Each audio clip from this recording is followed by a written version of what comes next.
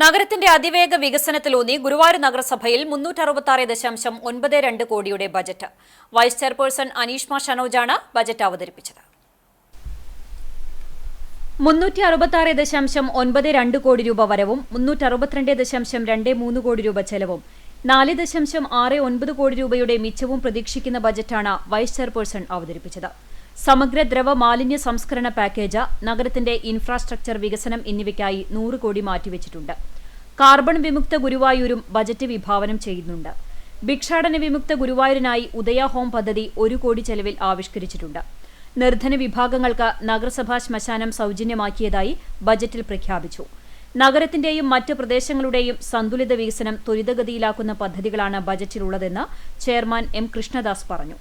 മമ്മയൂർ fly ഓവറിന് 50 കോടി, allopathy ആശുപത്രിക്ക് 50 കോടി, തിരുവെങ്കിടം അടിപ്പാത 1 കോടി, ആധുനിക ഓഫീസ് സമുച്ചയത്തിന് 50 കോടി, പടിഞ്ഞാറെ നടയിലെ ഗസ്റ്റ് ഹൌസ് പൊളിച്ച് അവിടെ മൾട്ടി സെന്റർ കോംപ്ലക്സ് നിർമ്മിക്കാൻ 50 കോടി, ഹെലി ടൂറിസം പദ്ധതിക്കും ഹെലിപാഡിനുമായി 10 കോടി, ബഹുനില മാർക്കറ്റ് കോംപ്ലക്സിനായി 10 കോടി, ബസ് ടെർമിനലും ഷോപ്പിംഗ് കോംപ്ലക്സിനുമായി 20 കോടി, മൃഗങ്ങളുടെ ശ്മശാനത്തിന് 20 ലക്ഷം എന്നിങ്ങനെയാണ് പ്രധാന പദ്ധതികൾ വകയിരുത്തിയത്.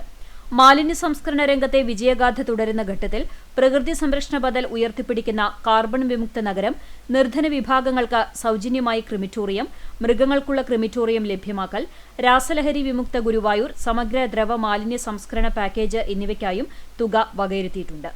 ആധുനിക ഓഫീസ് സമുച്ചയം 50 കോടി, അതിദാരിദ്ര്യ നിർമ്മാർജ്ജനം 1 കോടി 3 ലക്ഷം, മാലിന്യ സംസ്കരണം 11 കോടി, റോഡ് വികസനത്തിന് 5 കോടി, മൾട്ടി സെന്റർ കോംപ്ലക്സ് 50 കോടി, മാർക്കറ്റ് കോംപ്ലക്സ് 10 കോടി, കുടിവെള്ള വിതരണം 10 കോടി, ഭിന്നശേഷി സുരക്ഷ 1 കോടി, EMS ഫ്ളാറ്റ് സമുച്ചയം 2 കോടി, ബസ് ടെർമിനലും ഷോപ്പിംഗ് കോംപ്ലക്സും 20 കോടി, വനിതാ ജിംനേഷ്യം സെന്റർ 20 ലക്ഷം, ഹാപ്പിനെസ് പാർക്ക് 10 ലക്ഷം, ജലപുനർജനി 50 ലക്ഷം, അനിമൽ ക്രിമിറ്റോറിയം 20 ലക്ഷം, അക്വാട്ടിക് കോംപ്ലക്സ് നീന്തൽ പരിശീലനം 50 ലക്ഷം എന്നിവയ്ക്കായും തുക വകയിരുത്തിയിട്ടുണ്ട്.